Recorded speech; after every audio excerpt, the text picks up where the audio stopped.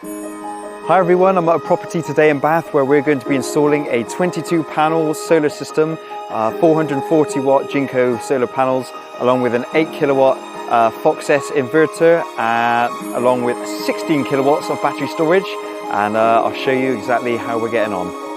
Right, so here's our delivery of the panels that we had. It's been a really good one actually, because we managed to have the delivery truck parked right here, and then everything was rolled in on the pallet straight in here, which has been a lovely one. It's not always the case, it's a bit of a luxury, but it's been really good on this one, able to get them straight in there, and all the kit has been stacked here. So Paul's now on the scene. He's currently mounting the inverter on the backer board. We use backer board because it's fire rated. It's not an MCS requirement, but we like to do it as a precaution anyway. And here we've got the battery stack system here. This is the Foxess cube system that we love. Yeah, we absolutely love this, because the great thing about the cube system is that if you want more battery storage, then all you have to do is just take the top section off, which is the masterpiece, take that section off, and then the secondary units under here, you just add on top of them, and then just clip the master straight on top of it. So no tools required. It's a really nice sort of stack, simple, like Lego basically, stacks like Lego. And yeah, we really love the fact that once it just takes up this floor space here, then you just go upwards with it. Whereas some of the systems that you can get, for example, if you have a battery screwed to the wall here, then if you want more batteries, then you're now going to be taking up more wall space, which, especially for garage spaces and things like that, it's really handy to utilize as much wall space as possible. Things like hooks. I think this customer has boats that normally goes here. So yeah, by having it here, you know you're only taking up that footprint of an area. Right, so we've got Rob on the roof up there. He's doing a great job. So these panels are going to go 2 rows of portrait panels. So on the top row, just below the ridge line here, we're going to have a row of 11 panels across there, and then directly underneath it there'll be another row of 11 directly, but following the same line as that. So he's currently lifting all the tiles at the moment and getting to the supporting rafter beams of the actual roof, and that's where he's putting on the roof hooks. So the roof hooks are metal and they're adjustable, and basically what then happens is, once the roof hook is in position, the rail then attaches to the roof hook, and then the solar panel then attaches to that rail. So he's currently doing all the prep work to get all the measurements right and find out where all the beams are, so that you can screw onto the actual structure of the wooden roof, and then we can add our system on top of that.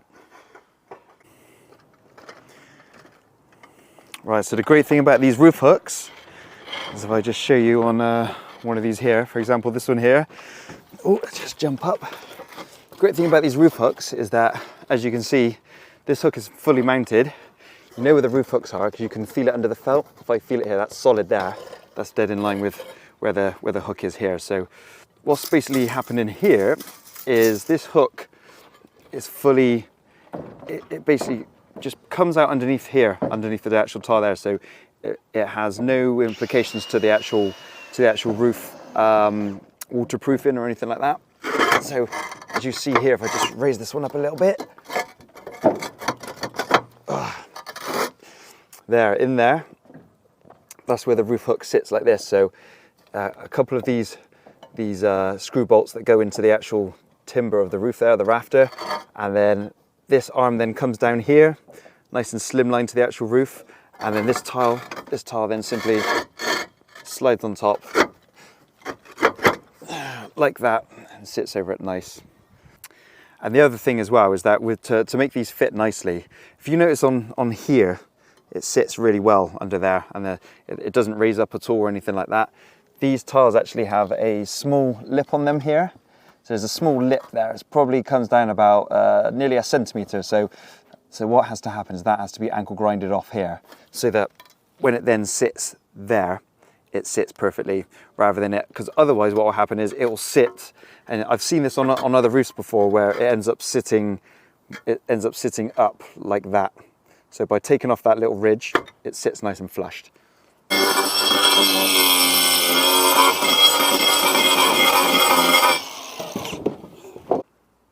Now, so all the panels are going to be going across here, and the garage is down the far end over here. So we need to be able to get from our end panels here, we need to be able to get to the the garage section down there. So what we're going to do on this one, because there's a loft conversion all the way through this building, there's a great big loft conversion, so everything on the other side of this roof is all plasterboard and painted right the way through with main supporting beams in there. So our only option to get the cables from here down to there is going to be down through the actual between the tiles and the lining of the roof. So what we're going to do is basically take some tiles off here, take some off down here, and then we'll then rod straight across, because where these, if you look here, where these battens are, these batten areas here, we can send some fiberglass rods right the way across, right the way to the end, and then once we get down to that end, we can basically tie our cables onto it and then pull them and drag them all the way down through the building, and we'll be able to get them right the way down to where we need to go. And then once we get to the garage section, we can then just conduit them straight down into the garage, then down the garage wall. Right, so Paul has now mounted up the generation meter. This is an MCS requirement. Basically, it's the generation meter is basically saying exactly how many kilowatts the system has produced. If the actual inverter ever fails, because it also stores it on the inverter itself. However, if the inverter ever fails, then you've got it backed up on the generation meter. This is also the place as well where you're going to be given your SEG readings from as well. So when you're talking to your electricity provider and they want to get a reading, then this is the meter that they're going to be asking for it from. He's also just getting the earth bond on here as well, which is an earth wire, which is basically like the safety wire, which connects from the inverter down to the battery system. We call it the earth wire. It's basically like the seatbelt. It's like the seatbelt scenario. It's not really used as such on a regular basis. However, if there's ever to be a fault, just like in a car crash scenario, you'd want that seatbelt on. That's exactly the same principle with the earth wire. Here at the mains position, this is where the connection from the solar system connects directly to the mains of the property. So what we've got inside of here, if I just zoom in a little bit, what we've got here is this is the main switch fuse cut out. So this is the DNO. The DNO supply, the distribution network operator supply here, and then this is the main fuse. So what it did before, or what it still does, is the cables come up into this meter here, and then out of here it then goes into this main switch position here, and then from there this SWA cable then feeds the house's consumer unit. So what we've done is we've intercepted the cable that comes out from the meter. Before it goes into the main switch, we've taken it into this set connector block here, and what it now does is it splits off into two directions. One of them still goes to the house, into the main switch, which then feeds the house like it did before. But what we've done is we've taken a pair of tails out here, which these now fix into our consumer unit here, straight into this main switch. This main switch is here so that if you want to disconnect the supply of the solar system from the house's installation, then you can flick this switch and you've got complete isolation so that the solar system is completely cut off from the rest of the house and the grid supply. What we've got here is a SPD unit, which is a surge protection device. So that basically acts as like a soak up. So if there's ever any spikes in current or anything that come up through the main supply from any nearby lightning strikes or anything like that, then this device will soak up that current and it'll stop it sending it through to the solar system, which could damage the inverter and so on. So on this side here we have our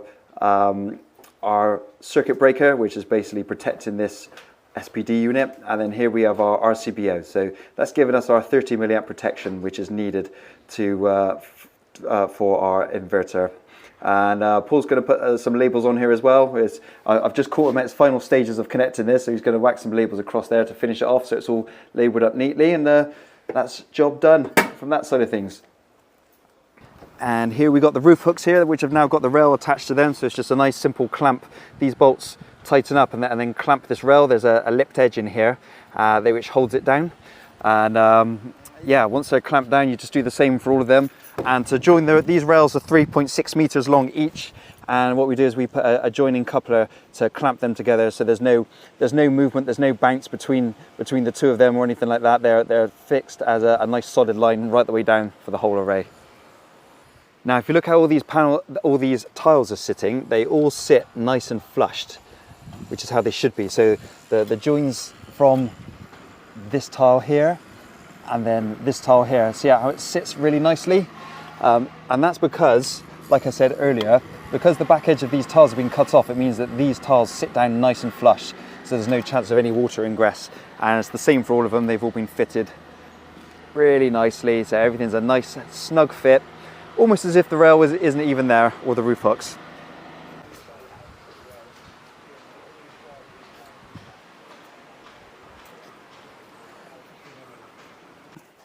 Right, going back to the mains position, a couple of things to talk about here. We've now got our consumer meters all nicely labelled up now in here, but what we've done is we've ran in this 6mm cable here, which is the link that I was talking about that feeds between this consumer unit to the garage.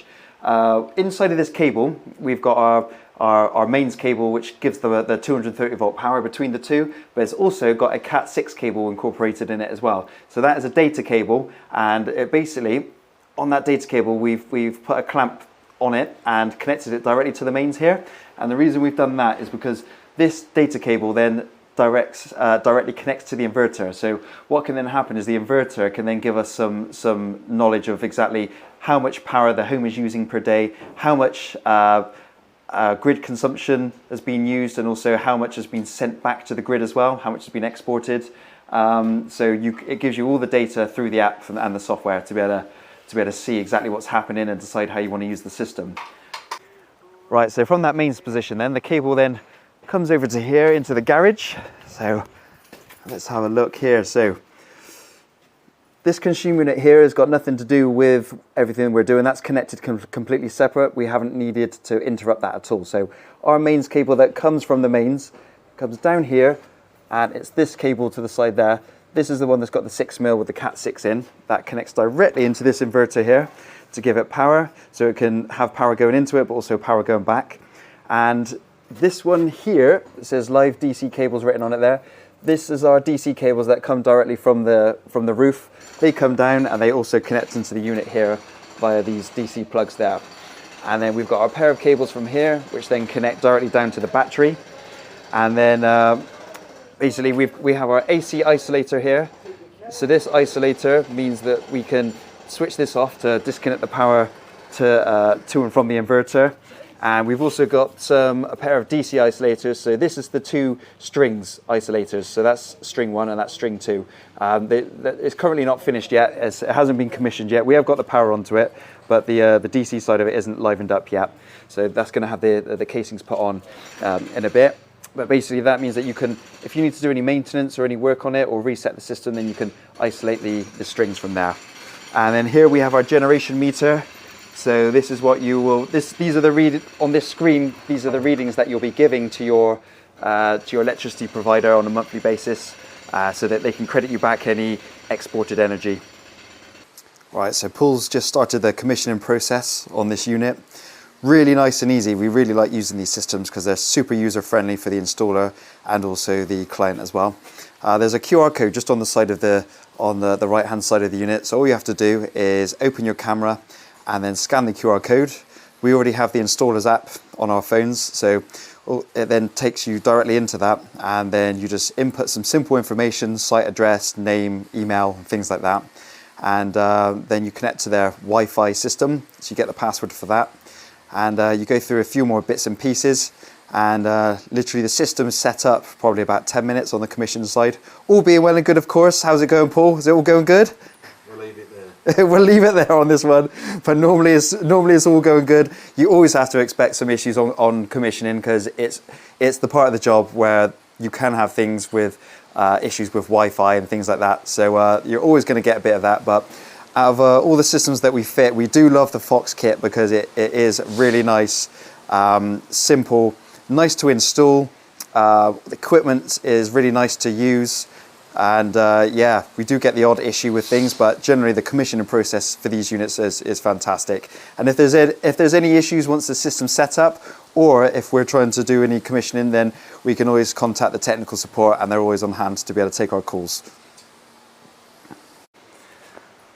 Right, so this is it. This is the final edition now. The system is fully commissioned and online. We have our 8 kilowatt inverter here with a 16.59 kilowatt of usable battery storage. It's completely online, And here we can see on the app, I don't know if you can see that, but it's currently doing 6.62 kilowatts of power at the moment, and the state of charge of the battery is it's a 95% full. It was only at 40% when we switched it on 2 hours ago. So it's currently putting 6 kilowatts of power into the battery now, and the home is using 550 watts currently. So really good. What's so satisfying about this is knowing that the house is fully running on solar energy and it's fully charging the battery, ready for tonight's usage. So once this has done a full 24-hour cycle, the system will settle in and recalibrate itself. And it's going to be really good to see the data that we're going to get from this. As the installer, I get the installer app. So I get to, as a master user, I get to overlook all the installations that we do. So I can see the data that's producing, check that everything's working properly as it should be. And I can also help them as well with looking at their data in 6 months or 12 months time. If we can see that they're exporting a lot of power back to the grid, say they're exporting, say, 20 kilowatts of power a day back to the grid, and on the night, during the daytime, that is, on the night time, they're then importing 10 kilowatts because they're using a lot of the battery power, then you will be able to clearly see that they could do with another 10 kilowatts of battery storage, so that instead of exporting all that power back to the grid, they put more into the batteries, so that therefore they don't end up having grid a need to use the grid on the night time. So yes, this is where the exciting part really begins now. The system's installed and we now get to see the data to see exactly how they're using it and how well they get on with it. And the great thing is, like I said earlier in the video, that these battery systems are they are future-proof, so you can add more power as and when you need it. And they do literally stack like Lego. There's no wires or anything needed to connect them. It's just a case of just take off the master unit and add secondary units to add more power in future. So yeah, all in all, a really good job. I'm going to go up on the roof now and show you the finished edition up there now. It's looking fantastic, so let's go and take a look. So this is the final edition now. So this is our 9.6 kilowatts of power on the roof. And yes, looking good, very happy. As an electrician, I'm always used to seeing the electricity meters whirring around whenever I connect a cooker or a shower or anything like that. And it's always a bit disheartening, because obviously I know we're trying to work towards greener solutions, and to see these electricity meters whirring away, knowing that it's heavy pull on the grid and emissions, it's not a very good feeling. Although that actually completing the installation of something has a great feeling, it's just seeing that is not very satisfying. So to get to do the installation and get that great feeling, and also knowing that it's all green energy that's coming from the solar power from the sun, this is really what makes me really happy, and I'm very enthusiastic about greener, more renewable solutions like this. So yeah, this is where my passion is basically. And here we've also fitted bird mesh down here to stop any birds from being able to nest. We've made it an essential thing now on all of our systems, because what we're finding is we're coming across a lot of installations that are a few years old where they haven't had bird mesh installed by other installers, and we're actually having to go and do solar maintenance to put the bird meshing around them, because it is a problem.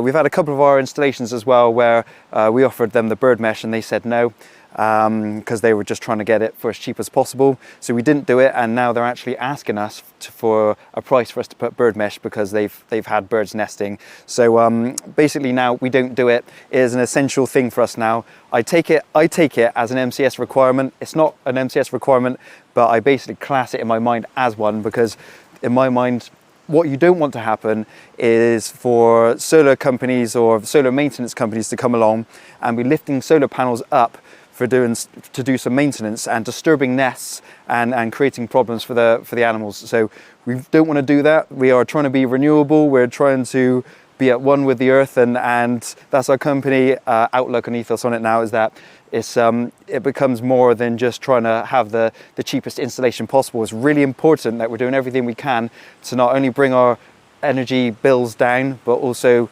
becoming greener for the planet, but also helping protect the animals as well. So yes, it's winning all round basically. But that is the end of my video. So I hope you've enjoyed this. I'm super excited about this one, because it's been a really nice installation to do. And yeah, please leave a comment if there's anything that you want to know, any questions or anything, or any tips or advice or anything at all. Throw them in there. and I'll see you on the next one. But please, if you've enjoyed this video, please remember to like and subscribe, because I'm doing lots more content about installations, but also about maintenance and various aspects as well. So have a good one, guys. I'll catch you on the next one.